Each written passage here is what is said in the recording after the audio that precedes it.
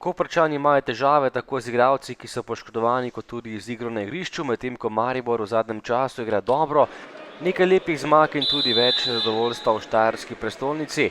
Prva akcija za Maribor že v 9. minuti, do žoge je prišel Zahovič, ki je neoviran zabil mrežo z nekaj metrov za prednost domačega moštva 1:0.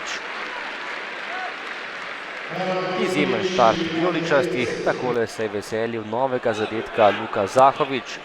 Še napad za domače, tekla je 12. minuta, podaja pred vrata Dareta Vršiča, Tavares pa je žogo pospravil mrežo za povišanje prednosti. Po 12 minutah je Maribor že vodil s kar 2:0. Tavares je pri 6 golih, medtem ko je Luka Zahovič že pri 7 golih in je najboljši strelec Maribora. No, napad za vijoličaste, odlična kombinacija domačih in strel Zahoviča, izvrstna obramba Antoloviča, po kotu pa je Šuler stresel prečko in ostala je pri prednosti 2 zadetkov. Prvi napad tudi za goste, oddaleč je streljal Biljan, ne najbolj natančno in močno, in še enkrat odbita žoga in priložnost za Biljana, tokrat je Handanović žogo uspel ujeti.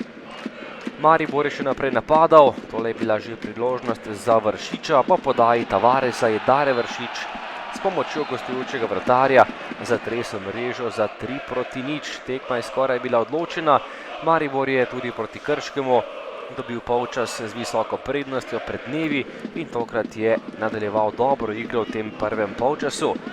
Zadnja akcija prvega polčasa in priložnost za Salaliha, ki je streljal še enkrat dobro Antolovič, ki je žogo uspel odbiti.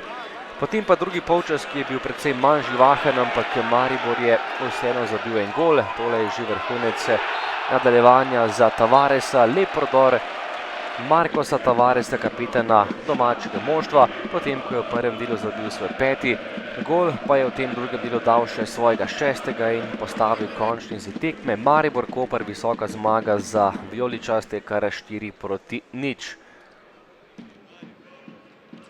Ne, nimam, res dve zelo podobni tekmi smo odigrali zdaj v par dnevih, ko smo zelo hitro povedali in bili v teh prvih minutah zelo kombinatorni, taki živi, nadahnjeni v igri naprej in v napadanju naprej, tako da se nam spet zelo dobro išlo.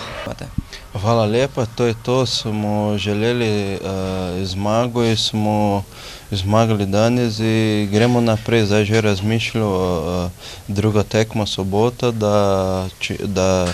da nadaljevamo ta ritmo, ki je zelo dobro. Pred tekmo smo vedeli, da imamo težave, ki so se danes tudi pokazale. Ne bi rad komentiral tekme, potem ko dobiš 2 neumna gola v prvih 12 minutah. Potem se je nemogoče vrniti. Jaz prevzamem odgovornost za poraz, nikakor ne krivim igralcem in ostaneta nam še 2 kroga in nedvomno želeli bomo popraviti situacijo, ki je nastala. Potem pa je premor in zimska pauza in želimo si določenih okrepitev, ki so po mojem mnenju potrebne. In verjamem, da bo Koper tudi v prihodnem prvenstvu oziroma v drugem delu prvenstva boljši, kot je bil v tem prvem.